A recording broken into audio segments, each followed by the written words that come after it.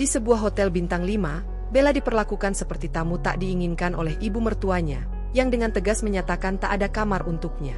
Tertinggal sendirian dalam perasaan terhina, Bella memilih pergi, meninggalkan keluarganya tanpa memberitahu siapapun. 2 bulan berlalu tanpa kabar, hingga tiba-tiba keluarga suaminya menghubunginya dalam keadaan darurat. Kini, setelah mereka membutuhkan bantuannya, bisakah Bella kembali membuka hati? Atau ia akan terus memilih dirinya sendiri?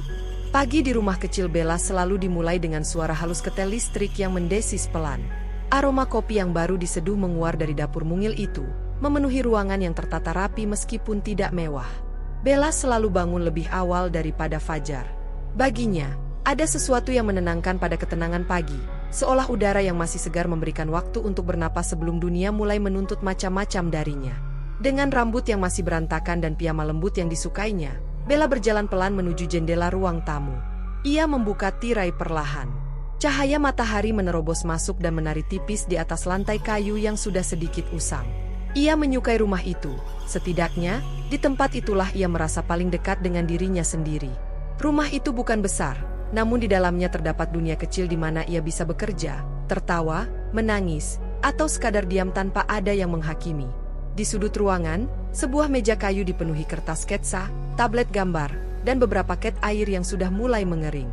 Disitulah Bella menghabiskan sebagian besar harinya sebagai desainer ilustrasi lepas. Hasil karyanya sering digunakan untuk sampul buku indie, poster acara lokal, atau konten brand kecil yang mempercayakan estetika visual mereka padanya. Meski tidak spektakuler, pekerjaannya cukup stabil dan membuatnya merasa berarti. Ada kepuasan setiap kali ia melihat karyanya digunakan orang lain, seolah setitik dari dirinya ikut mengalir di dunia luar. Tak lama kemudian, ia mendengar suara pintu kamar terbuka pelan. Fajar keluar sambil mengucek mata, rambutnya acak-acakan, dan masih mengenakan kaos lusuh yang menjadi favoritnya untuk tidur. "Pagi, Bel," ucapnya dengan suara serak khas orang baru bangun. Bella tersenyum, lembut seperti biasanya. "Pagi, mau kopi?" "Boleh, tapi yang tidak terlalu manis," jawab Fajar sambil duduk di kursi makan. Interaksi kecil seperti itu selalu menghangatkan perasaan Bella. Meskipun hubungan mereka tidak selalu sempurna, mereka punya ritme yang nyaman. Fajar bukan laki-laki yang romantis atau penuh kejutan, tetapi ia jarang membuat masalah dan selalu menunjukkan bentuk perhatian sederhana yang tidak banyak kata, entah dengan memperbaiki kursi yang longgar, mengantar makanan ketika Bella sibuk bekerja, atau sekadar memegang tangannya saat mereka menonton film. Namun akhir-akhir ini, Bella merasakan ada jarak yang sulit ia jelaskan. Seperti benang tipis yang menegang perlahan tanpa suara. Mereka tidak bertengkar, tidak saling menjauh, tetapi ada perasaan samar yang muncul, seolah ada hal yang tidak diucapkan, atau perasaan yang sengaja disembunyikan di balik rutinitas. Bella sering mencoba tidak memikirkannya, menganggap itu hanya pikiran berlebih seorang yang terlalu sensitif. Tetapi perasaan itu tetap ada, seperti bayangan yang mengikuti di belakangnya. Setelah menyerahkan secangkir kopi ke meja, Bella memulai hari dengan memeriksa daftar pekerjaan. Ada 3 komisi baru yang harus ia selesaikan minggu itu, ilustrasi untuk poster festival kuliner, desain karakter untuk cerita anak, dan 1 permintaan lama dari seorang penulis yang ingin sampul bukunya diperbaiki. Ia mengatur tablet gambarnya, menghidupkan laptop, dan memulai sketsa kasar. Dalam hening yang nyaman itu, Bella mendengar Fajar menyalakan televisi sambil menyeduh roti panggang. Rumah kecil mereka terasa begitu damai, bahkan terlalu damai hingga terkadang Bella bertanya-tanya apakah kedamaian itu akan bertahan lama. Di antara aktivitas, pikirannya melayang pada hubungan dengan keluarga suaminya. Ia jarang berkunjung, bukan karena tidak mau, tetapi setiap kali ia datang, suasananya sering terasa kaku. Bu Ratna, ibu mertua Bella, adalah wanita dengan penampilan terawat dan sikap yang tegas. Senyumnya ramah, tetapi matanya sering tampak menilai. Ayah mertua Fajar lebih tenang, tetapi jarang bicara. Kakak-kakak Fajar sibuk dengan kehidupan masing-masing dan tampak menganggap Bella sebagai tambahan, bukan bagian dari inti keluarga. Tak pernah ada kata kasar atau perlakuan terang-terangan menyakitkan. Hanya saja, Bella selalu merasa seperti tamu yang tidak sepenuhnya diundang. Seperti seseorang yang hadir, tetapi tidak benar-benar dihitung. Dan meskipun ia mencoba memahami, mencoba mengabaikan perasaan itu, tetap saja hal tersebut perlahan-lahan menumpuk, tidak menyakiti, tetapi menggores halus. Sekitar pukul 11 siang, ketika Bella sedang serius mengerjakan ilustrasi karakter anak-anak, ponselnya berbunyi. Notifikasi dari grup keluarga mertua. Grup yang biasanya sunyi kecuali saat ada pengumuman besar atau rencana keluarga. Bella berhenti menggambar dan meraih ponselnya. Kita rencanakan liburan keluarga bulan depan ya.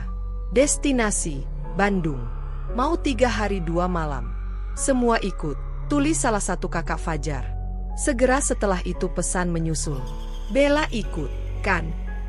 Jantung Bella berdetak sedikit lebih cepat.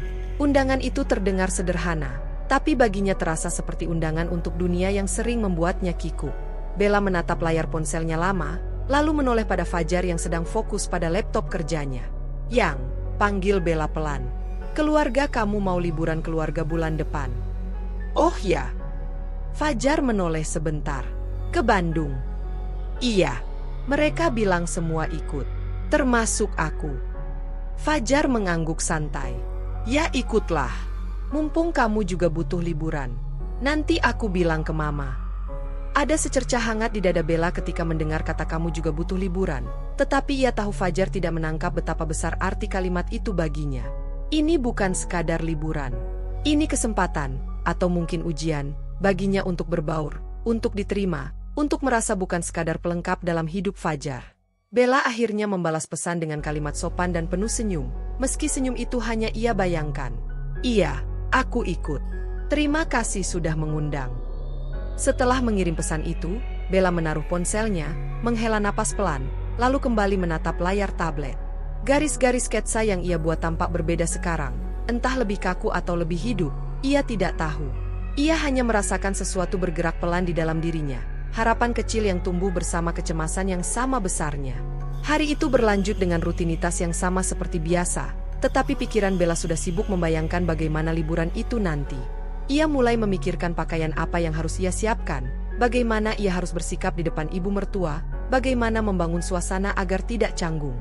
Ia ingin tampil baik, bukan demi nilai, tetapi demi perasaannya sendiri.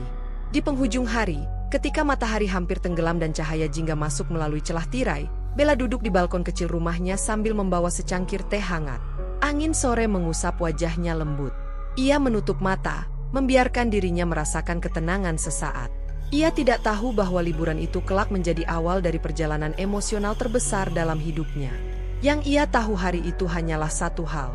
Ia ingin percaya bahwa segala sesuatu akan berjalan baik. Atau setidaknya, ia ingin mencoba. Pikiran itu masih menggantung di kepala Bella ketika pagi berikutnya menyapa rumah kecil mereka dengan cahaya lembut yang merembes melalui tirai tipis. Seperti biasa, Bella bangun lebih dulu, tetapi kali ini ada semacam energi berbeda dalam langkahnya, campuran antara semangat dan kecemasan yang membuat dadanya terasa penuh. Liburan keluarga. Kata itu terus berputar di benaknya, entah sebagai harapan atau peringatan. Sejak menerima undangan itu, ada rasa ingin memberi kesan terbaik. Ia tahu dirinya bukan sosok yang disukai semua orang, apalagi dalam keluarga Fajar yang punya standar tertentu untuk hampir segala hal. Tapi ia ingin berusaha, sekali lagi, seperti yang selalu ia lakukan. Setelah membuat kopi untuk dirinya dan Fajar, Bella mulai menyusun daftar apa saja yang harus ia siapkan. Ia merobek selembar kertas dari buku catatan dan menuliskan item satu persatu. Pakaian bepergian, jaket tambahan, perlengkapan mandi, charger, vitamin, dokumen pribadi, dan beberapa kebutuhan Fajar yang ia tahu suaminya sering lupa. Bella bukan tipe yang ribet, tapi untuk kali ini, ia ingin semuanya sempurna. Ia membuka lemari pakaian, memeriksa gaun-gaun kasual, blus nyaman, dan celana panjang kesayangannya. Jemarinya menyusuri kain-kain itu sambil memikirkan kesan apa yang ingin ia tampilkan. Tidak terlalu mencolok, tidak terlalu formal, tetapi tetap rapi dan layak. Ia teringat bagaimana Bu Ratna pernah berkomentar halus tentang penampilannya saat suatu acara makan malam keluarga. Saat itu, sang ibu mertua berkata dengan nada lembut namun bermakna, "Bella, kamu cantik kalau dandananmu lebih rapi. Coba deh sedikit dibuat elegan." Komentar yang terdengar seperti pujian, tapi isinya lebih dekat dengan kritik. Bella mengingatnya cukup lama untuk menjadikannya panduan diam-diam. Ia mengambil sebuah setelan blus putih dengan celana kulot krem. Netral, rapi, dan cukup stylish menurut standar umum. Lalu ia memilih dress biru pastel untuk hari kedua, dan pakaian lebih santai untuk hari ketiga. Ia menumpuk semuanya di atas tempat tidur sambil menilai kombinasi warnanya. "Bawa banyak amat, Bel?" Suara Fajar terdengar dari ambang pintu, masih setengah mengantuk. Bella tersenyum kecil. "Enggak banyak. 3 hari kan? Aku cuma mau pastikan semuanya cocok. Fajar menguap, lalu mendekat untuk melihat pilihan Bella. Bagus kok. Kamu nggak perlu mikir terlalu keras gitu. Mama juga nggak akan perhatiin banget. Kalimat itu membuat jantung Bella sedikit menegang. Bukan karena Fajar berniat buruk, tapi justru karena ia tidak menyadari betapa pentingnya hal kecil itu bagi Bella. Ia ingin terlihat pantas. Ia ingin tidak menjadi bahan komentar. Ia ingin berada di sana tanpa membuat siapapun tidak nyaman. Iya, jawab Bella, pura-pura santai. Aku cuma mau rapi aja. Fajar mengangguk, lalu kembali ke kamar mandi. Setelah pakaian selesai dipilih, Bella menyiapkan tas kecil berisi obat-obatan, tisu basah, antiseptik, dan hal-hal remeh yang sering terbukti berguna saat bepergian. Sambil melakukannya, ia memikirkan pekerjaan yang harus ia selesaikan sebelum berangkat. Ada 2 ilustrasi yang masih harus ia sempurnakan. Ia duduk di meja kerjanya, menyalakan laptop, dan memulai rutinitas menggambar yang menenangkannya. Meski begitu, pikiran tentang liburan itu terus menyelinap di sela-sela garis sketsa dan warna yang ia susun. Ia bertanya-tanya bagaimana suasana perjalanan nanti.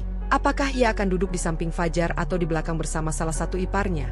Apakah mereka akan berbincang hangat atau saling diam sambil memainkan ponsel? Menjelang siang, ponselnya bergetar dengan pesan baru dari grup keluarga. Besok berangkat jam 6 pagi. Jangan telat ya. Bella, kamu jangan bawa terlalu banyak barang. Mobil udah penuh nih. Kalau bisa, tasnya 1 aja. Bella menatap lama pesan itu. Hanya dirinya yang disebut. Tidak ada yang mengatakan, yang lain juga jangan bawa banyak barang.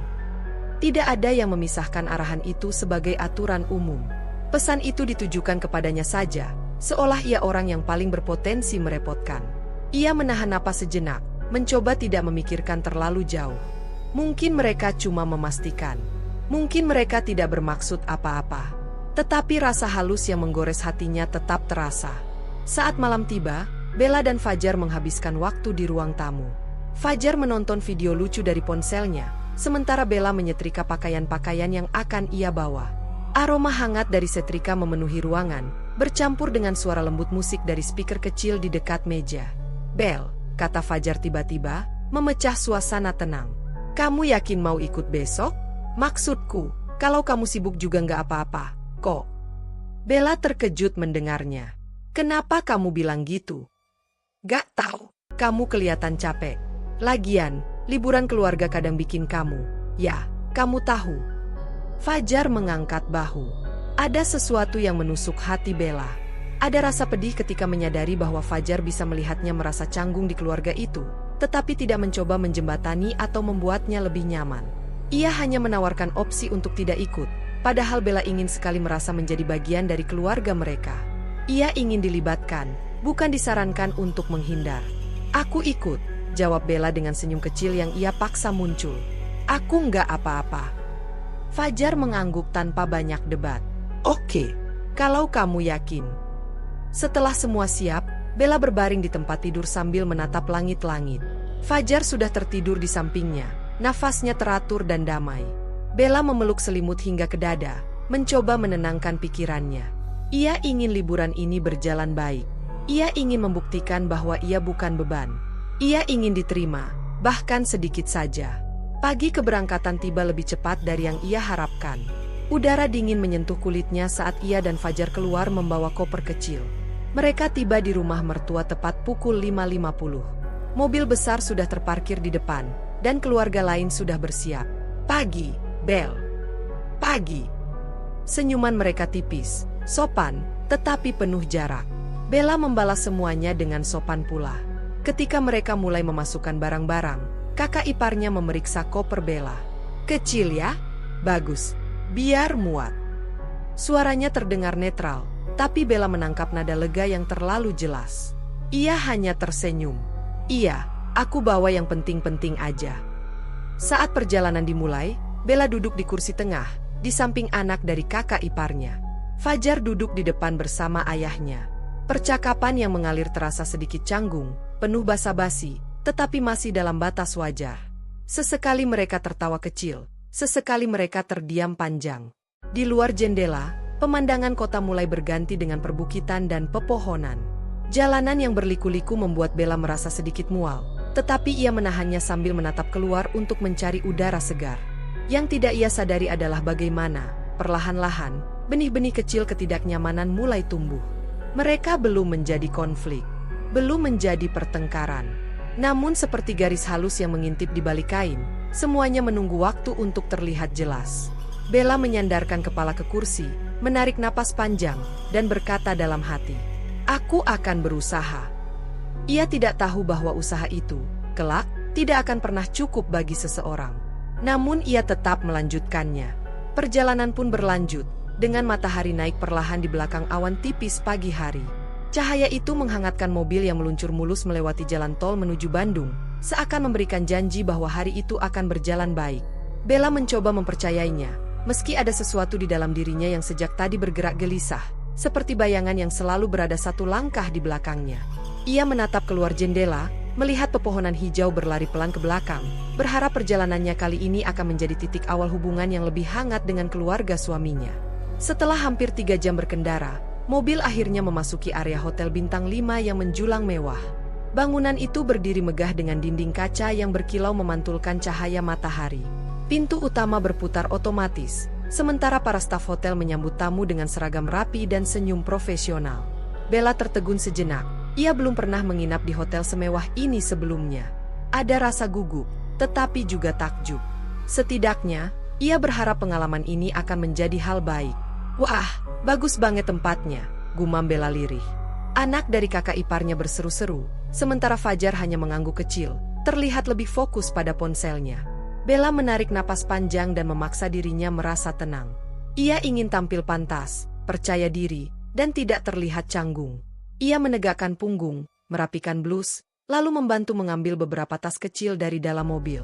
Begitu mereka masuk ke lobi, hawa sejuk dan aroma bunga segar langsung menyambut.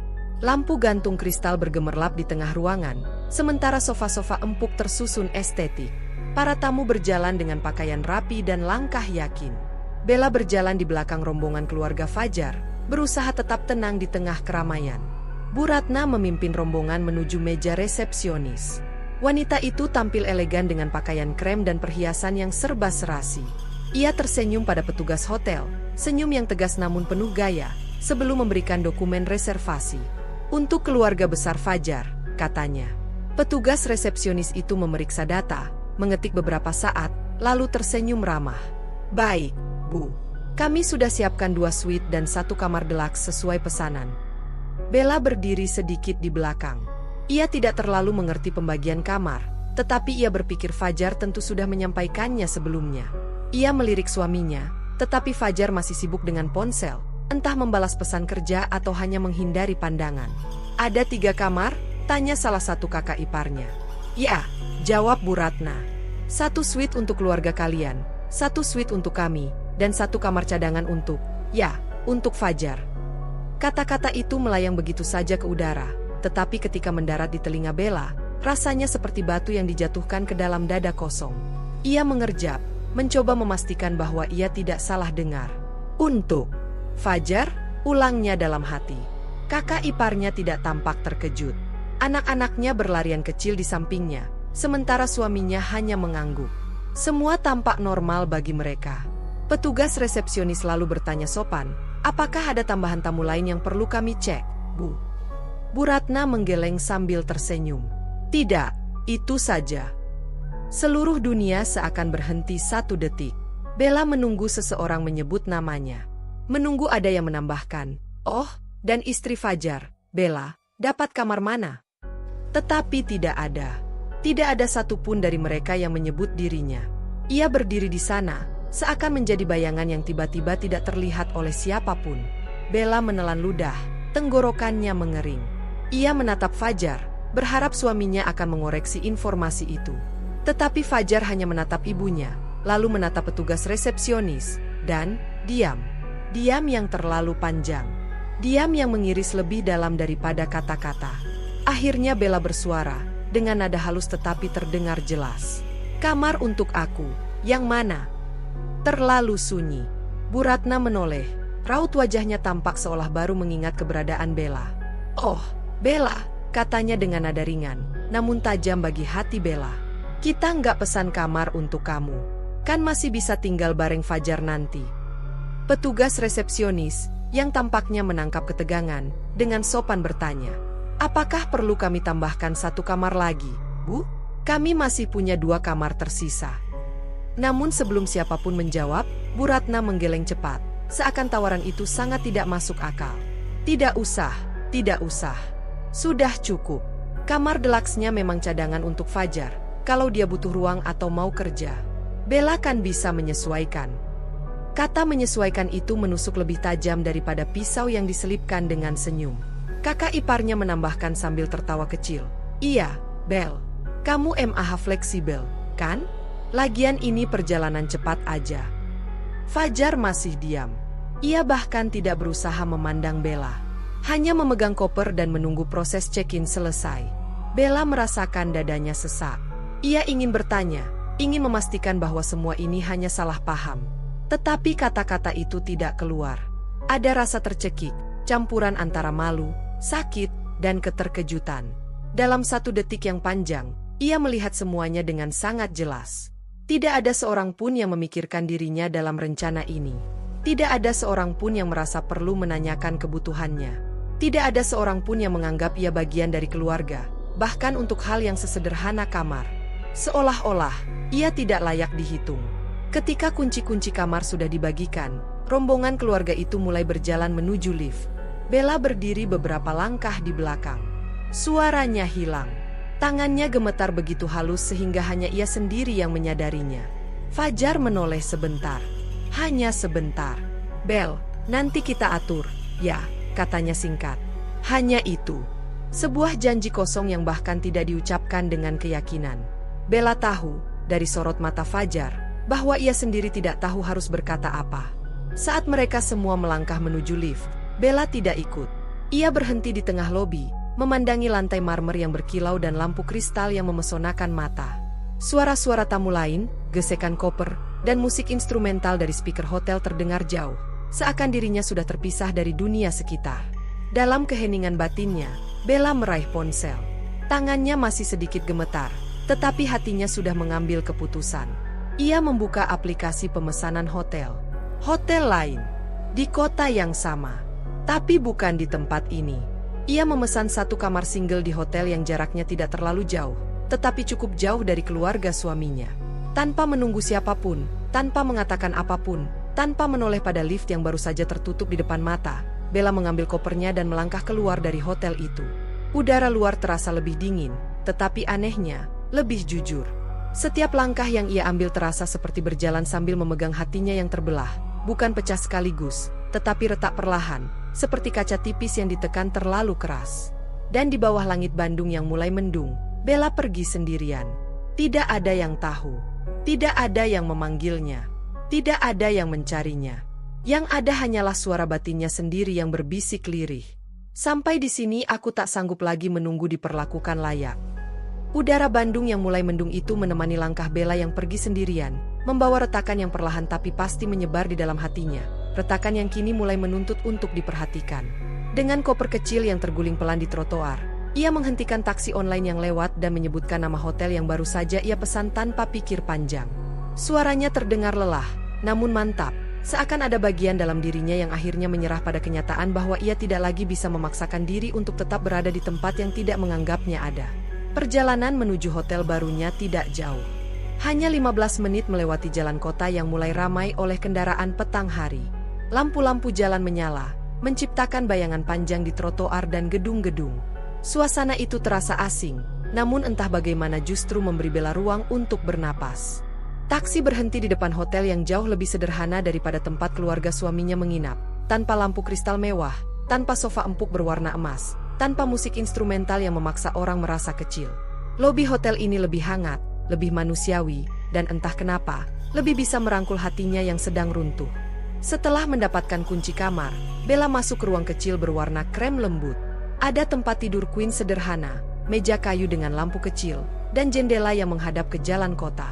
Tidak ada kemewahan, namun ada ketenangan. Untuk pertama kalinya hari itu, ia menghembuskan napas panjang, seakan melepaskan beban yang ia bawa sejak lobi hotel sebelumnya. Begitu pintu kamar tertutup, Bella menjatuhkan tubuhnya di tepi tempat tidur. Rasa perih di dadanya menyergap begitu cepat, membuat air mata yang sejak tadi ia tahan akhirnya mengalir, jatuh satu persatu tanpa ia cegah. Tidak ada siapapun di sini. Tidak ada mata yang menghakimi. Tidak ada telinga yang menunggu ia menjelaskan kenapa dirinya terlalu sensitif. Tidak ada suara yang memaksanya untuk maklum. Tidak ada Fajar yang hanya diam.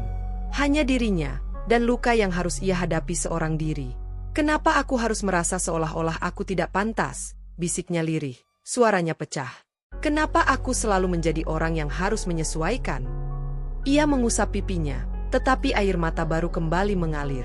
Setiap kali ia mengingat nada suara Bu Ratna di lobi, ringan, datar, tanpa belas kasih, sesuatu di dalam dirinya seperti terkoyak. Belum lagi tatapan Fajar. Tatapan yang penuh kebingungan, bukan pembelaan. Tatapan yang lebih memilih diam daripada menyatakan bahwa Bella adalah istrinya, dan istrinya berhak atas tempat yang pantas.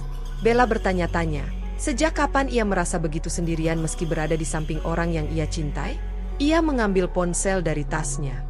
Layarnya menyala, menampilkan puluhan notifikasi pesan dan panggilan tak terjawab. Nama Fajar ada di sana, berulang kali. Kakak iparnya juga mengirim pesan, dan satu pesan dari Bu Ratna muncul paling atas. "Bella, kamu di mana? Jangan bikin repot. Kita sudah capek seharian."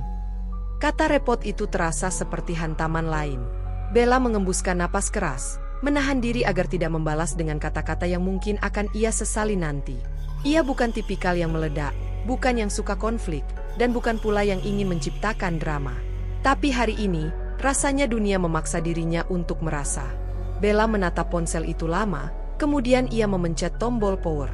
Layar meredup perlahan sampai gelap total.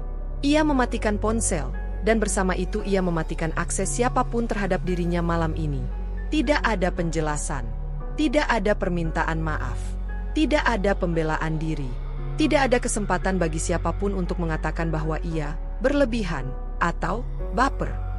Malam ini, untuk pertama kalinya dalam waktu yang lama, Bella memilih dirinya sendiri. Bella kemudian masuk ke kamar mandi, membiarkan air hangat dari shower mengalir di kepalanya. Suara air yang jatuh seperti memisahkan dirinya dari dunia luar. Setiap tetes membawa pergi sebagian dari beban yang menempel di pundaknya. Ia bersandar pada dinding kamar mandi, menutup mata, membiarkan pikirannya memutar ulang kejadian hari itu. Ia mengingat saat pertama kali bertemu Bu Ratna. Sejak awal, wanita itu tidak benar-benar menyukai kehadirannya. Ada senyum tipis yang tidak pernah benar-benar sampai ke mata. Ada komentar halus yang terdengar seperti pujian, namun terasa seperti sindiran terselubung. Ada harapan-harapan yang tidak realistis, tetapi selalu dianggap sebagai kewajiban istri yang baik. Dan Fajar, suaminya yang dulu sangat ia percaya mampu melindunginya. Pria yang dulu berjanji akan selalu membelanya. Pria yang ia pikir akan menjadi tempat pulang. Namun entah sejak kapan, Fajar mulai lebih banyak diam. Diam ketika keluarganya mengkritik Bella. Diam ketika ibunya menyindir. Diam ketika ada keputusan yang jelas-jelas merugikan Bella. Diam ketika Bella terluka. Apakah aku terlalu berharap? Bella berbisik di bawah gemericik air. Ia tidak menuntut Fajar untuk melawan keluarganya. Ia hanya ingin diperlakukan sebagai bagian dari keluarga itu. Hanya ingin dianggap layak. Hanya ingin suaminya berdiri di sampingnya, bukan sekadar berdiri di ruangan yang sama. Setelah mematikan shower, Bella keluar dan membungkus tubuhnya dengan handuk. Ia duduk di tepi ranjang, menatap jendela yang kini dihiasi lampu-lampu kota. Rasanya seperti ia berada di dua dunia berbeda, dunia luar yang terus hidup, dan dunia dalam dirinya yang sedang runtuh. Ia memeluk lututnya, menundukkan kepala, membiarkan perasaan-perasaan yang menumpuk selama ini keluar pelan-pelan. Ada marah, ada kecewa, ada sedih, ada juga rasa lelah yang menyelimuti. Namun di balik semua itu, ada secercah sesuatu yang baru. Kesadaran. Kesadaran bahwa dirinya tidak bisa lagi memaksakan diri berada di ruang yang tidak menerimanya. Kesadaran bahwa diamnya Fajar bukan lagi hal kecil yang bisa ditoleransi. Kesadaran bahwa dirinya pantas punya ruang untuk merasa aman. Mungkin aku memang harus menjauh dulu, gumamnya perlahan. Kalimat itu keluar begitu saja dari bibirnya, tetapi terasa benar. Terasa seperti keputusan yang paling jujur malam itu. Ia rebahkan tubuh di ranjang, menarik selimut hingga menutupi dada. Lampu kamar ia matikan, menyisakan cahaya redup dari meja samping. Dalam gelap itu, ia mendengar suara hatinya sendiri. Suara yang selama ini tenggelam karena ia terlalu sibuk menyesuaikan diri, terlalu sibuk menjadi istri yang baik, terlalu sibuk membuat semua orang bahagia kecuali dirinya sendiri. Suara itu kini lebih jelas. Aku lelah, dan aku berhak berhenti. Tanpa kepastian apapun, tanpa tahu apa yang akan terjadi esok hari, Bella menutup mata. Untuk pertama kalinya, ia tidur bukan untuk melupakan masalah, tetapi untuk memberi dirinya waktu merasakan semuanya. Dan malam itu, meski sunyi dan penuh luka, menjadi malam pertama di mana Bella mulai menemukan potongan dirinya yang hilang. Namun ketika pagi datang, dan kemudian hari-hari berikutnya bergulir begitu cepat, Bella menyadari bahwa perjalanan pulih tidak semudah memejamkan mata semalaman. 2 bulan telah berlalu sejak malam ia memilih menjauh, dan selama itu, kehidupan berjalan dengan kesunyian yang menggantung seperti kabut tipis yang tak kunjung menghilang. Tidak ada pesan dari Bu Ratna, tidak ada telepon dari kakak iparnya, tidak ada permintaan penjelasan, apalagi permintaan maaf. Fajar, suaminya sendiri, hanya mengirim 1 pesan sehari setelah kejadian. "Kamu di mana? Kita pulang hari ini. Hubungi aku." Setelah itu, hening. Pada awalnya, Bella menatap pesan itu berulang kali. Ia mengetik banyak balasan, panjang, pendek, penuh amarah, penuh air mata, tetapi semuanya ia hapus sebelum sempat dikirim. Ada bagian dari dirinya yang berharap Fajar akan muncul di depan pintu rumah mereka, mengetuk, meminta penjelasan, atau setidaknya menunjukkan bahwa ia peduli. Tapi ternyata, Fajar tidak datang. Dan hari demi hari berlalu hingga pesan itu terkubur oleh notifikasi pekerjaan, promo belanja online, dan berita-berita harian. Rumah yang mereka tinggali, rumah kecil dengan 2 kamar, hasil keputusan bersama, kini terasa lebih luas dan kosong. Bella bekerja dari ruang kerjanya, duduk di depan meja kayu yang penuh peralatan menggambar, tablet grafis, dan daftar proyek yang harus ia selesaikan. Namun ada hari-hari ketika ia hanya menatap layar kosong tanpa mampu memulai apapun. Pikirannya kembali ke tempat yang sama, lobi hotel itu, tatapan Fajar, dan kalimat Bu Ratna yang menusuk. Tetap saja, hidup tidak menunggu dirinya siap. Ia bangun setiap pagi dengan rutinitas yang ia paksa berjalan, menjerang air untuk teh, membuka jendela agar sinar matahari masuk, memeriksa email klien, mengerjakan revisi, makan siang sendirian, mandi sore sambil berusaha menjaga pikirannya tetap jernih. Namun di balik rutinitas itu, ada kesunyian yang tak bisa ia sembunyikan. Di meja makan yang biasanya diisi 2 piring, kini hanya 1. Di sofa ruang tamu, ruang duduk Fajar kini dibiarkan kosong. Di lemari, ruang pakaian Fajar masih ada, tetapi ia jarang menyentuhnya. Fajar memang pulang beberapa kali, tetapi tidak pernah di waktu Bella ada di rumah. Mereka seperti 2 orang asing yang tinggal di rumah yang sama tanpa benar-benar bertemu. Bella tahu Fajar mengambil beberapa pakaiannya, mungkin menginap di rumah orang tuanya, tapi tak sekalipun suaminya itu meninggalkan pesan lebih dari, "Kita perlu bicara." Bella tidak menjawab. Belum siap. Mungkin belum sanggup. Minggu kedua setelah kejadian itu adalah masa terberat. Bella merasa marah, sedih, tapi juga rindu. Rindu pada versi diri yang dulu ia kenal, yang berani bermimpi, yang percaya pada masa depan pernikahannya, yang tidak merasa kecil. Namun setiap kali ia mencoba mengingat kenangan baik tentang Fajar, percakapan-percakapan kecil seolah menyeruak, menegaskan bahwa jarak mereka sebenarnya telah dibangun sejak lama. Komentar Fajar tentang pekerjaannya yang dianggap sekadar hobi. Sikap diam Fajar setiap kali ibunya menyindir. Perbedaan cara pandang mereka tentang keluarga. Semua itu seperti potongan puzzle yang baru terlihat menyatu setelah kejadian di Bandung, membentuk gambaran besar bahwa ada sesuatu yang salah sejak sebelum malam itu. Tetap saja, Bella bukan seseorang yang menyerah begitu saja. Dalam diamnya, ia mencoba bangkit. Ia mengambil lebih banyak proyek ilustrasi, menghabiskan waktu dengan menggambar karakter-karakter fantasi, bunga liar, atau pemandangan yang menenangkan. Warna-warna pastel kembali memenuhi layar tablet grafisnya, biru lembut, oranye matahari terbenam, hijau mint, warna yang seolah mampu meredam kekacauan di hatinya. Suatu malam, saat ia duduk di balkon rumah sambil meminum teh chamomile, Bella menyadari sesuatu. Meski kesepian, ia merasa hidupnya sedikit lebih tenang. Tidak ada komentar tajam dari mertua. Tidak ada diam panjang dari Fajar. Tidak ada tekanan untuk menyesuaikan diri. Hanya dirinya, pekerjaannya, dan ruang untuk bernapas. Malam itu, ia menatap langit gelap yang ditaburi bintang-bintang samar. Angin malam membuat rambutnya bergerak pelan, dan ia memeluk kedua lengannya, bukan karena dingin, tetapi karena kesadarannya menyelinap masuk. Selama ini, ia terlalu sibuk memberi ruang untuk orang lain, sampai ia lupa bahwa dirinya pun butuh ruang. Masuk ke bulan kedua, perubahan kecil mulai terasa. Bella mulai rutin berjalan pagi di taman dekat rumah. Ia mulai memasak makanan yang ia suka, bukan makanan yang disukai Fajar atau ibu mertuanya. Ia mulai mengirimkan portofolio ke beberapa studio besar.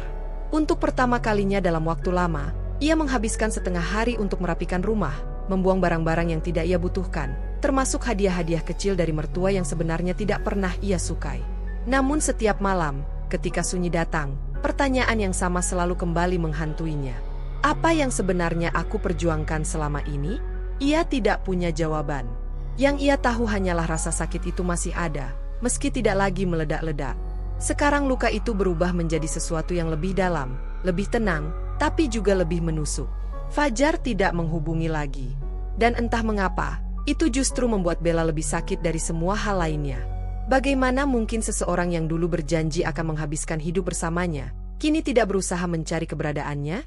Bagaimana mungkin malam itu Fajar membiarkannya pergi tanpa mengejarnya? Bagaimana mungkin 2 bulan berlalu tanpa satupun usaha untuk memperbaiki keadaan? Terkadang, Bella berpikir bahwa mungkin Fajar hanya menunggu ia kembali memulai percakapan. Tapi Bella tahu dirinya telah mencoba cukup lama. Dirinya lah yang selalu mengalah, selalu menelpon duluan, selalu meminta maaf atas hal-hal yang bahkan bukan salahnya. Tidak. Kali ini tidak. Kali ini ia tidak akan menjadi orang yang memulai. Suatu sore, ketika hujan turun pelan, Bella duduk di ruang tamu sambil menatap jendela. Butiran air menetes perlahan, menyusuri kaca seperti garis-garis tipis yang memantulkan cahaya lampu. Dalam keheningan itu, ia merasakan sesuatu mengendap di dadanya, perpaduan antara damai dan kehilangan. Ia menyadari bahwa meski ia mulai pulih, jarak antara dirinya dan Fajar hampir mustahil dijembatani tanpa usaha nyata dari keduanya. Dan karena hanya Bella yang berusaha selama ini, jarak itu kini tumbuh liar seperti dinding besar yang memisahkan mereka. Bella menutup mata, membiarkan suara hujan memenuhi telinganya, dan untuk pertama kalinya sejak malam di Bandung, ia berbisik pada dirinya sendiri. Aku akan baik-baik saja. Ia tidak tahu apakah itu benar. Tidak tahu apakah esok akan lebih mudah. Tidak tahu apakah hubungan ini masih bisa diperbaiki. Tapi ia tahu satu hal. Ia tidak lagi takut memilih dirinya sendiri. Di luar, hujan turun lebih deras. Sementara di dalam hati Bella, perlahan, sangat perlahan, matahari mulai terbit. Namun ketenangan kecil yang baru saja tumbuh itu belum sempat mengakar kuat ketika kehidupan tiba-tiba mengetuk pintunya lagi. Kali ini tidak dengan lembut, melainkan dengan hentakan yang membuat dadanya bergetar. Malam itu, sekitar pukul 11 lewat sedikit, Bella baru saja hendak mematikan lampu ruang tamu. Suasana rumah dipenuhi aroma teh chamomile yang masih hangat di meja, dan suara rintik hujan di luar membantu menciptakan suasana damai yang jarang ia dapatkan dalam 2 bulan terakhir. Bella merapikan selimut kecil yang ia gunakan di sofa, berniat tidur lebih awal setelah hari yang cukup panjang mengerjakan revisi desain. Namun ketika ia melangkah menuju kamar, ponselnya tiba-tiba berdering di meja, nyaring dan berulang-ulang, memecah keheningan seperti batu yang dilemparkan ke kolam tenang. Nama di layar ponsel itu membuat jantung Bella terhenti sesaat. Fajar. Ia menatap layar ponsel itu tanpa bergerak, membiarkannya bergetar berkali-kali tanpa niat untuk mengangkat. Sudah 2 bulan penuh tanpa satu pun telepon. Bahkan pesan singkat dari suaminya itu tidak pernah muncul lagi setelah minggu pertama. Mengapa tiba-tiba ia menelpon malam-malam begini? Deretan pikiran liar muncul, tapi Bella menepisnya. Ia tidak ingin terjebak dalam harapan sia-sia bahwa Fajar mungkin rindu, atau menyesal, atau ingin memperbaiki hubungan. Tidak. Terlalu banyak luka yang harus ia tenangkan lebih dulu. Nada dering berhenti. Hanya beberapa detik sunyi sebelum ponsel itu kembali berdering. Kali ini dari kakak iparnya, Dinda. Bella memejamkan mata. Ada apa ini? Gumamnya dengan suara lelah. Ia mengambil ponsel itu, menatap layar tanpa menjawab. Panggilan itu berhenti, digantikan oleh suara notifikasi pesan masuk yang berbunyi berturut-turut. Lalu ponsel kembali berdering. Nomornya berbeda lagi. Kali ini Bu Ratna. Bella terkesiap kecil. Jantungnya terasa seperti diperas, bukan karena rindu atau cemas, tetapi karena ingatan tentang suara tegas wanita itu 2 bulan lalu. Dingin, tidak peduli, tajam. Bella tidak mengangkat. Namun ketika panggilan itu berhenti dan layar ponsel gelap selama beberapa detik, Bella mengira semuanya selesai. Tapi kemudian ponsel itu berbunyi lagi. Dan lagi. Dan lagi. Hingga akhirnya muncul bunyi ting yang berbeda. Sebuah pesan teks masuk. Bella awalnya ingin mengabaikan. Ia membiarkan ponsel itu tergeletak. Namun notifikasi pesan berikutnya muncul dengan suara yang lebih keras. Bukan karena volumenya tinggi, tetapi karena kata-kata yang muncul di preview pesan menusuk langsung ke dadanya. Bella, tolong angkat. Ini darurat. Fajar. Bella tolong. Ini penting. Kami butuh kamu. Dinda. Lalu pesan dari Bu Ratna. Bella, tolong angkat telepon. Ini soal ayah. Bella terpaku. Kata ayah membuat dadanya mencelos. Pak Arman, ayah Fajar, memang pernah mengalami komplikasi kesehatan beberapa tahun lalu, tetapi belakangan kabarnya stabil. Apa yang terjadi? Kenapa harus dirinya yang dihubungi? Selama 2 bulan mereka tidak mencari dirinya sama sekali. Tidak bertanya kabarnya. Tidak meminta maaf. Tidak menunjukkan bahwa ia penting. Lalu mengapa sekarang mereka panik dan mencarinya seperti ini? Sebuah panggilan masuk lagi, dari Fajar. Bella menatap layar itu. Tangannya bergetar sedikit. Ada rasa ragu, marah, takut, namun juga rasa kemanusiaan yang tidak bisa ia abaikan begitu saja.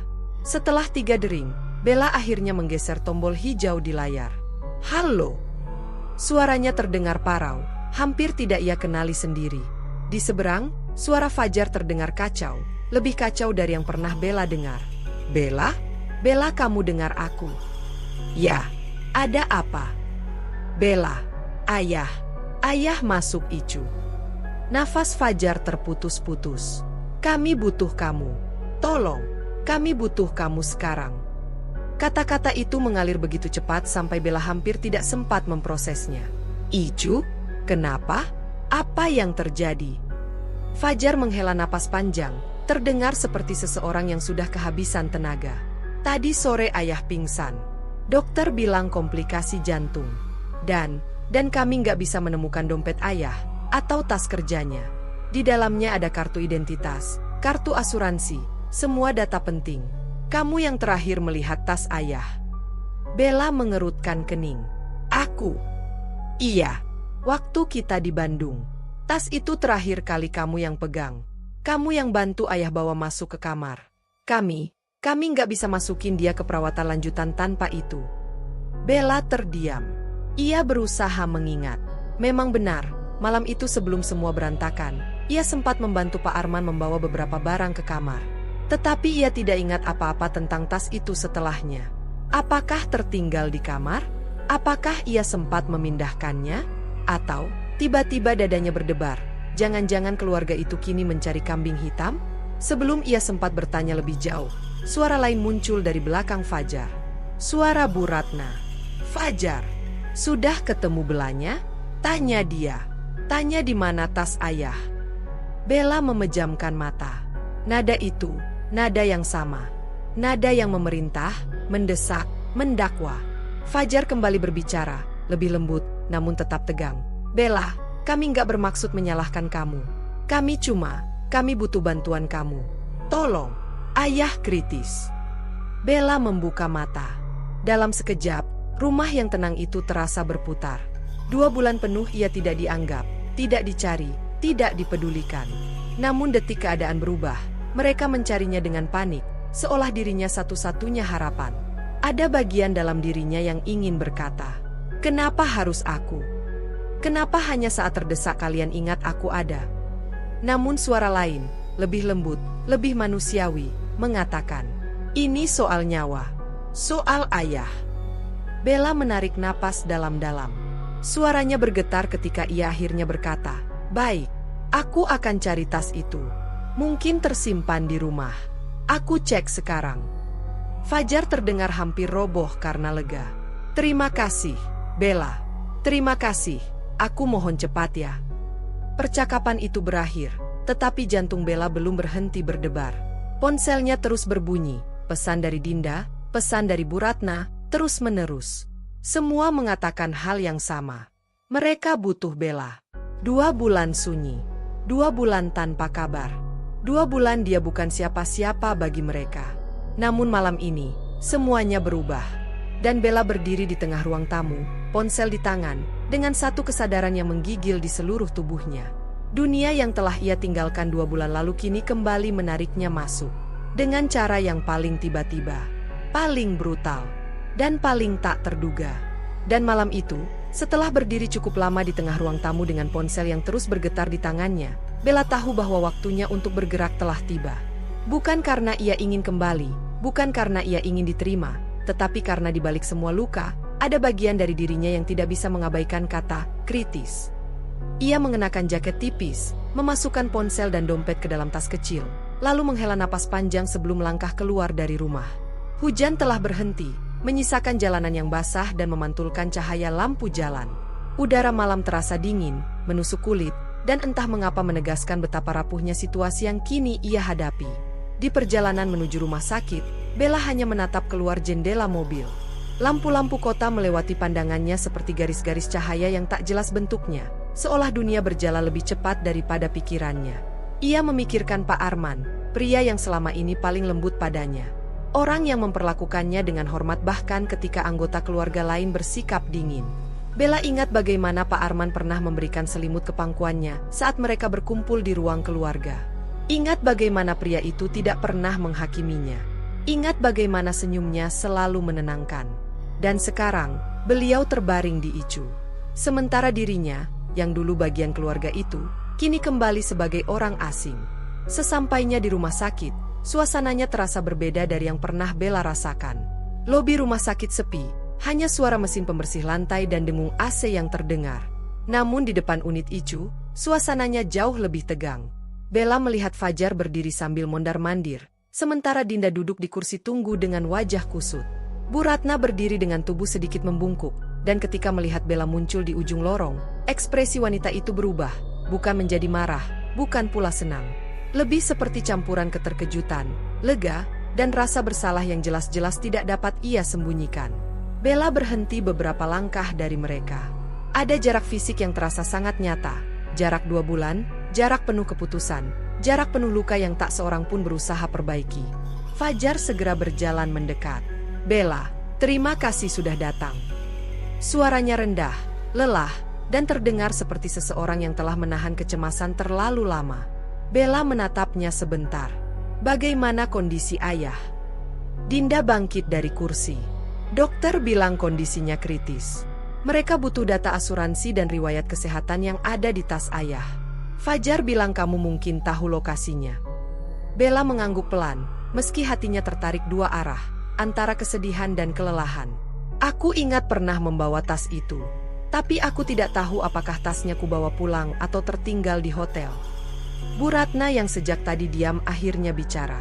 Suaranya bergetar, berbeda dari nada tegas yang biasanya keluar dari bibirnya. Bella, kalau kamu tahu di mana tas itu, tolong beritahu kami. Bella menatap wanita itu. Matanya terlihat lelah dan memerah. Ada rasa bersalah yang mencoba disembunyikan, tapi tidak cukup berhasil. Wanita itu tidak bisa menatap mata Bella lebih dari 1 detik. Bukannya marah, Bella justru merasa hambar. 2 bulan lalu, ia mungkin akan menangis mendengar permintaan itu. Tetapi sekarang, emosinya sudah terlalu terkuras. Ia hanya ingin membantu Pak Arman. Aku coba ingat-ingat dulu, ucap Bella dengan nada datar tapi sopan. Ketiganya mengangguk. Mereka menatap Bella seperti seseorang yang membawa secercah harapan. Rasanya aneh. 2 bulan lalu, mereka memperlakukannya seperti beban. Hari ini, mereka menunggu jawabannya seperti menunggu keputusan terpenting dalam hidup. Bella duduk di kursi tunggu, menunduk sambil mengingat kembali detail-detail malam itu. Bagaimana ia membantu membawa tas. Bagaimana ia dikejutkan oleh kata-kata Bu Ratna di lobi. Bagaimana ia pergi begitu saja tanpa melihat kembali. Tiba-tiba sebuah kenangan muncul, seperti pintu kecil yang terbuka dalam pikirannya. Saat ia hendak pergi menuju lift hotel, tas itu sempat ia letakkan di samping sofa. Ia ingat ia menatapnya sejenak, berniat mengembalikannya. Namun Fajar tiba-tiba memanggilnya, bukan memohon, bukan mengejar, hanya mengatakan sesuatu yang dingin dan membuatnya memutuskan untuk pergi. Dalam kekacauan emosinya, ia meninggalkan tas itu. Sepertinya tas itu tertinggal di hotel, bisik Bella, lebih pada dirinya sendiri. Fajar yang duduk tidak jauh langsung menoleh. Hotel Bandung itu. Bella mengangguk.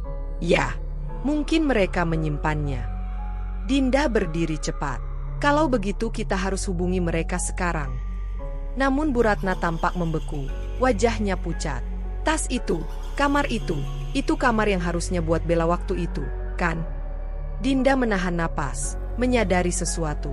Fajar terdiam lama, wajahnya berkerut. Bella memandang Bu Ratna, tidak dengan amarah, tapi dengan ketenangan yang bahkan membuat wanita itu terlihat lebih gugup. Ya, Bu. Itu kamar yang seharusnya saya tempati. Hening panjang memenuhi lorong.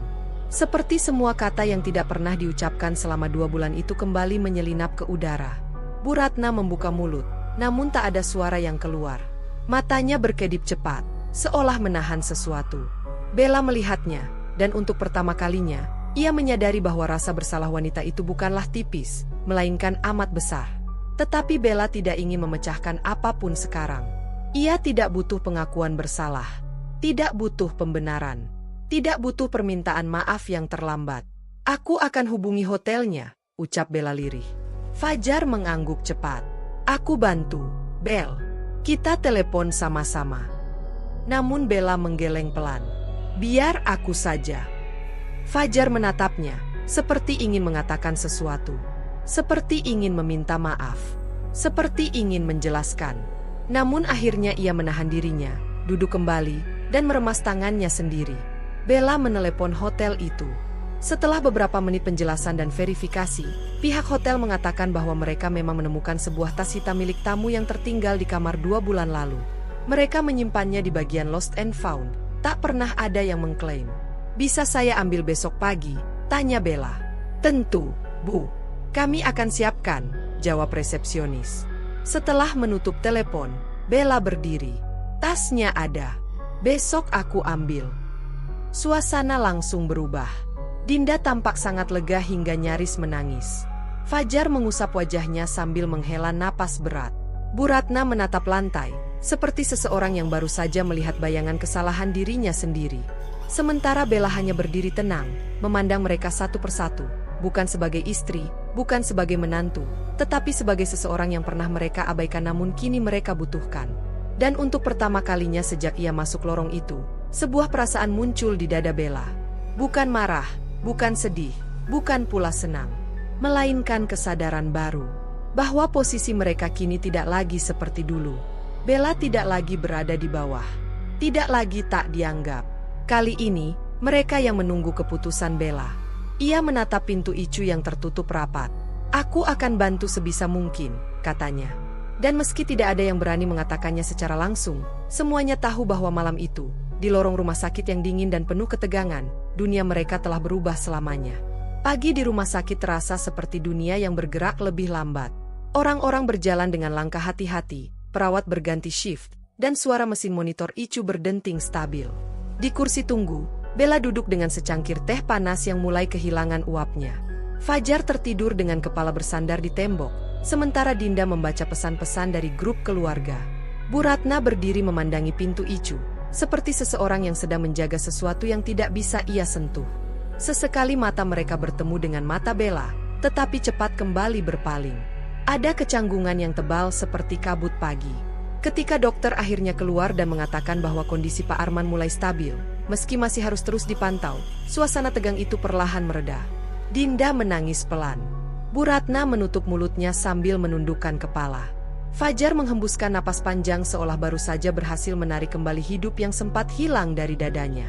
Dan ketika dokter pergi, keheningan yang tersisa justru terasa lebih berat. Bella berdiri dari kursinya. Aku harus ke hotel, katanya akhirnya. Tas ayah harus segera dibawa ke sini untuk diproses. Fajar cepat menghampiri. Aku ikut. Namun Bella menggeleng. Aku bisa sendiri. Nadanya lembut, tidak agresif, tetapi cukup tegas untuk menyampaikan batas. Fajar menelan ludah, lalu mengangguk pelan. Bella hendak berjalan ketika suara lembut tapi rapuh menghentikan langkahnya. Bella! Bu Ratna memanggilnya. Untuk pertama kalinya sejak kejadian di hotel 2 bulan lalu, wanita itu memanggil nama Bella tanpa nada perintah, tanpa nada penilaian, tanpa nada dingin yang biasa menyusup di belakang setiap kata. Bella berhenti, menatap wanita itu. Bu Ratna tampak gugup. Tangannya saling meremas, dan ia seperti tidak tahu bagaimana memulai pembicaraan. "Bisa kita bicara sebentar?" Suaranya nyaris lebih pelan dari bisikan AC di lorong itu. Bella ragu sejenak, lalu mengangguk. Mereka berdua berjalan beberapa langkah menjauh dari Fajar dan Dinda, berhenti di dekat jendela besar yang menghadap ke taman rumah sakit. Sinar matahari pagi lembut menyorot wajah Bu Ratna, wajah yang selama ini selalu terlihat kuat, selalu teguh, namun kini tampak rapuh. Butuh waktu sebelum ia mulai bicara. "Aku ingin mengatakan sesuatu," kata Bu Ratna perlahan. "Tentang malam itu." Bella tidak berkata apapun. Ia menunggu. Bu Ratna menarik napas panjang, seperti seseorang yang sedang bersiap menghadapi kenyataan yang ia hindari terlalu lama. "Waktu itu, aku salah." Kalimat itu keluar tersendat, seperti batu besar yang ia dorong keluar dari tenggorokannya. "Aku tidak seharusnya memperlakukanmu seperti itu." Bella tetap diam. "Aku," Bu Ratna menelan ludah, wajahnya memerah sedikit. "Aku marah. Bukan padamu sebenarnya. Lebih kepada keadaan. Kepada liburan yang tidak berjalan seperti yang kubayangkan. Dan, mungkin aku merasa kamu tidak cukup dekat dengan keluarga ini." Bella mengangkat alis sedikit, bukan mengejek, lebih pada cara tubuhnya bereaksi terhadap kata tidak cukup. Bu Ratna menggigit bibir, sadar akan kesalahan dari kalimatnya sendiri. Aku tidak membenarkan sikapku. Aku hanya ingin kamu mengerti." Wanita itu mengusap wajahnya dengan tangan gemetar. "Dan Fajar, dia tidak membelamu. Itu juga salah." Bella akhirnya bicara. Suaranya tenang, perlahan, tetapi penuh ketegasan yang hanya dimiliki seseorang yang sudah terlalu lama terluka. "Apa ibu tahu bagaimana rasanya berdiri di lobi hotel, membawa tas, dan mendengar bahwa tidak ada kamar untukku?" Bu Ratna menunduk. "Rasanya seperti, aku bukan bagian dari keluarga ini," lanjut Bella. "Seperti aku hanya menumpang. Seperti keberadaanku tidak pernah penting." Senyap menggantung di antara mereka. "2 bulan, Bella menambahkan, tidak ada satupun yang mencariku." Bu Ratna terkejut sedikit, seolah ia sendiri baru menyadari panjangnya waktu itu ketika Bella mengucapkannya. Aku kira kamu butuh waktu untuk menenangkan diri." "Aku memang butuh waktu," jawab Bella, "tapi bukan berarti aku tidak berharap ada yang mencariku. Ada yang menghargai aku." Bu Ratna akhirnya menatap Bella. Mata itu basah, meski air mata tidak sampai jatuh. "Aku menyesal, Bella. Benar-benar menyesal. Aku keras kepala. Aku salah menilai. Aku tidak tahu bagaimana meminta maaf tanpa membuat diriku terlihat lemah." Bella menghela napas. "Meminta maaf memang membuat seseorang terlihat lemah, Bu. Tapi justru itu yang membuatnya berarti." Kata-kata itu membuat Bu Ratna terdiam lama sekali. Seolah kalimat itu membuka celah di dinding yang sudah ia bangun bertahun-tahun. "Aku minta maaf," akhirnya ia berkata, pelan namun jelas. Bella mengangguk pelan. "Terima kasih." Ada jeda tenang. Tidak hangat, tetapi tidak pula dingin. Seperti dua orang yang tidak lagi saling menyerang, tetapi belum juga saling merangkul. Lalu langkah kaki lain mendekat. Fajar. Wajahnya terlihat seperti orang yang ingin bicara sepanjang malam, tapi baru sekarang berani berdiri. "Bel," suaranya pelan, serak. "Aku harus bilang sesuatu." Bella tidak menatapnya, ia hanya menunggu. "Aku salah," ucapnya tanpa berputar-putar. "Aku biarkan kamu menjalani semua itu sendirian. Aku tidak membelamu waktu ibu bilang kamar itu bukan untukmu." Aku diam. "Kenapa?" tanya Bella, langsung. Tidak ada nada keras, hanya kejujuran. Fajar memejamkan mata sebentar. "Karena aku takut." Bella menoleh. "Takut pada siapa?" "Pada ibu." Fajar menelan ludah. "Pada reaksinya. Pada bagaimana ia memandangku kalau aku membela kamu. Aku tahu itu pengecut. Aku tahu itu tidak pantas. Tapi itu yang terjadi." Bu Ratna menatap putranya dengan syok, tetapi tidak menyanggah. "Aku minta maaf, Bel," katanya lagi. Suaranya mulai bergetar. "Aku tidak mau lagi jadi laki-laki yang diam ketika istrinya terluka. Aku ingin memperbaikinya." Bella menatap kedua orang itu. Ada bagian dirinya yang ingin marah. Ada bagian yang ingin menangis. Ada bagian yang ingin pergi. Namun di balik semua itu, ada juga bagian kecil yang merasa lega. Bukan karena kesalahan mereka terhapus, tetapi karena setidaknya, hari ini mereka berhenti berpura-pura. Aku tidak tahu, kata Bella pelan. Aku tidak tahu apakah semuanya bisa kembali seperti dulu. Fajar mengangguk, menerima. Aku tidak berharap kamu langsung memaafkan. Aku cuma ingin kamu tahu bahwa aku benar-benar menyesal. Bu Ratna mengusap matanya. Kami ingin memperbaikinya, Bella, tapi kami tidak bisa memaksa kamu menerima. Bella memandang keduanya. Lama. Dalam keheningan itu, ia merasakan sesuatu yang berbeda, bukan luka baru, bukan amarah, melainkan sebuah ruang kecil yang mungkin, suatu hari nanti, bisa diisi dengan pemahaman. Aku akan bantu ayah dulu, kata Bella lembut. Setelah itu, kita lihat saja. Dan tanpa menunggu jawaban, Bella melangkah pergi, meninggalkan dua orang yang untuk pertama kalinya dalam hidup benar-benar harus menghadapi konsekuensi dari sikap mereka sendiri. Bukan sebuah akhir, bukan pula awal baru, tetapi sebuah ruang yang akhirnya mereka hargai. Langkah Bella menyusuri lorong rumah sakit terasa berbeda pagi itu. Tidak tergesa, tidak juga berat. Ada keheningan yang menyertai setiap pijakan kakinya, keheningan yang bukan lagi berasal dari luka, melainkan dari ruang jeda yang ia ciptakan untuk dirinya sendiri. Ruang untuk bernapas, ruang untuk memilih. Ia menuju hotel tempat barang-barang Pak Arman disimpan.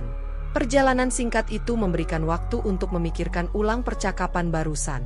Kata-kata Bu Ratna yang akhirnya luluh, pengakuan Fajar yang selama ini ia tunggu-tunggu. Semuanya seperti potongan puzzle yang selama ini tercecer, kini perlahan mendekat ke tempatnya.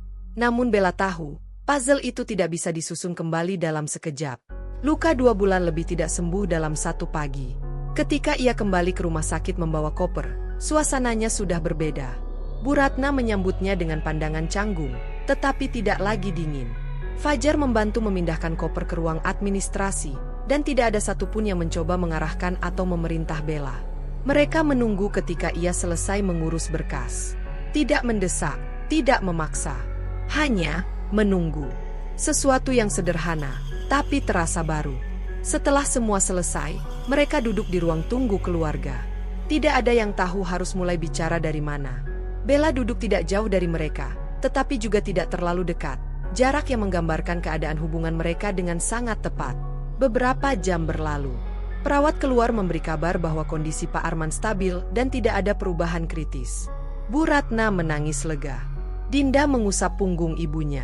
Fajar hanya memejamkan mata, seperti melepas beban besar yang menekan pundaknya.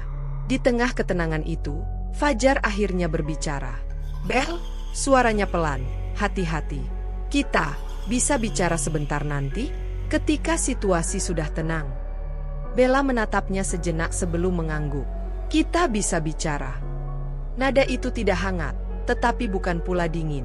Itu adalah nada seseorang yang siap mendengar, tetapi belum siap memberi jawaban apapun. Malam hari, Bella berdiri di depan jendela ruang tunggu keluarga, memandang lampu-lampu parkiran rumah sakit yang temaram. Fajar mendekat, langkahnya pelan agar tidak mengagetkan. "Terima kasih, Bel," katanya pelan. "Sudah datang hari ini." Bella tidak menoleh, tetapi suara lembutnya menjawab, "Aku datang karena ayah butuh bantuan." Fajar mengangguk. "Aku tahu. Dan aku bersyukur kamu tetap peduli, meski aku, sudah membuat kamu merasa sendirian." Keheningan kembali hadir. Fajar tahu Bella tidak akan langsung merespons, jadi ia melanjutkan. "Selama 2 bulan itu, aku ingin hubungi kamu," katanya dengan suara bergetar. "Tapi aku takut kamu tidak mau bicara. Aku takut memperburuk keadaan. Dan aku takut menghadapi salahku." "Kamu memang salah," kata Bella pelan, masih menatap keluar jendela. "Tapi setidaknya kamu tahu itu sekarang."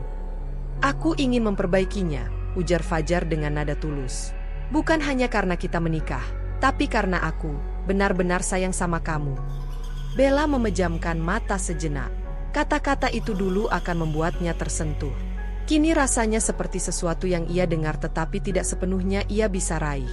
"Aku butuh waktu," kata Bella. Fajar mengangguk. "Aku akan kasih waktu itu. Semua waktu yang kamu perlukan." Bella menatapnya. "Akhirnya, aku ingin jadi diri sendiri. Aku ingin dihargai sebagai manusia, bukan hanya sebagai istri atau menantu. Bisa kamu pahami itu?" "Aku paham," jawab Fajar tanpa ragu. Dan aku akan belajar menghargai semua itu. Mulai dari sekarang. Ada ketulusan dalam tatapannya. Bella bisa melihatnya. Tapi ia juga tahu bahwa ketulusan saja tidak cukup. Butuh tindakan. Butuh waktu. Butuh keberanian baru dari keduanya. Beberapa hari berlalu dengan ritme yang lebih tenang. Bella masih datang ke rumah sakit, tetapi tidak setiap saat. Ia memberi ruang untuk dirinya sendiri, dan tanpa protes, semua orang menerima itu. Bahkan Bu Ratna tidak lagi menuntut apapun. Ia hanya bertanya sesekali, dengan suara hati-hati, "Bagaimana kabarmu hari ini, Bella?" Sebuah kemajuan kecil, tetapi terasa besar. Suatu sore, ketika Bella hendak pulang, Bu Ratna menghampirinya. "Bella," panggilnya perlahan. "Aku tahu aku tidak berhak meminta banyak darimu. Tapi, jika kamu bersedia, aku ingin kita memulai ulang sedikit demi sedikit." Bella menatapnya. Tidak ada marah di sana, hanya kelelahan yang jujur. "Kita bisa mulai dari menjadi manusia yang saling menghormati dulu, Bu," katanya lembut. Bu Ratna tersenyum tipis, senyum yang tampak lebih tulus daripada yang pernah Bella lihat darinya. "Itu sudah lebih dari cukup," balasnya. Beberapa minggu setelah kondisi Pak Arman pulih, Bella dan Fajar duduk di ruang tamu apartemen mereka. Tidak ada drama, tidak ada air mata. Mereka berbicara seperti dua orang dewasa yang ingin menentukan arah. "Apa kamu mau kita memperbaiki semuanya?" tanya Fajar pelan. "Aku mau memperbaiki hidupku dulu," jawab Bella jujur. "Kalau perjalanan itu membuat kita kembali berdampingan, aku bersyukur. Tapi aku tidak akan memaksakan apapun." Fajar mengangguk, menerima sepenuhnya. "Aku ada di sini, tidak akan memaksa. Tapi aku ingin memperjuangkan kita, Bel. Perlahan, sesuai langkahmu." Bella tersenyum tipis. "Sesuai langkahku. Bukan langkah ibu, bukan langkah keluarga besar, bukan langkah siapapun. Itu penting." Dan Fajar menyetujui tanpa syarat. Hari-hari berikutnya menjadi babak baru dalam hidup Bella. Ia kembali bekerja dengan ritme yang ia tentukan sendiri. Ia mulai terapi online untuk membicarakan luka-luka batinnya. Ia kembali menggambar, bukan untuk klien saja, tetapi untuk dirinya sendiri. Sesekali Bu Ratna mengirim pesan singkat, tidak banyak, tidak intens. "Semoga harimu baik, Bella." Atau, "Jika kamu ingin datang makan siang, kabari ya." Tidak ada tekanan, tidak ada manipulasi. Bella menghargai itu. Fajar pun berubah. Ia lebih sering bertanya, "Apa kamu nyaman?" daripada, "Kamu ikut saja, ya." Hal-hal kecil, tetapi bermakna besar. Suatu pagi, Bella duduk di teras apartemen sambil menatap matahari terbit. Ia mengambil napas panjang, merasakan hangatnya cahaya pagi. Untuk pertama kalinya dalam waktu lama, dadanya terasa lapang. Ia tidak tahu apa yang akan terjadi dengan hubungan pernikahannya. Ia tidak tahu apakah keluarga itu akan benar-benar berubah. Tetapi hari ini, ia tahu satu hal yang pasti. Ia memilih dirinya sendiri. Ia memilih martabatnya. Ia memilih jalannya. Dan ketika ia berdiri, menutup pintu apartemen, dan melangkah keluar menuju hari yang baru, langkahnya terasa lebih ringan, seperti seseorang yang akhirnya kembali memiliki kendali atas hidupnya. Bukan akhir yang manis dipaksakan. Bukan rekonsiliasi yang terburu-buru. Tetapi sebuah awal. Awal dari Bella yang lebih kuat, lebih berani, dan lebih utuh.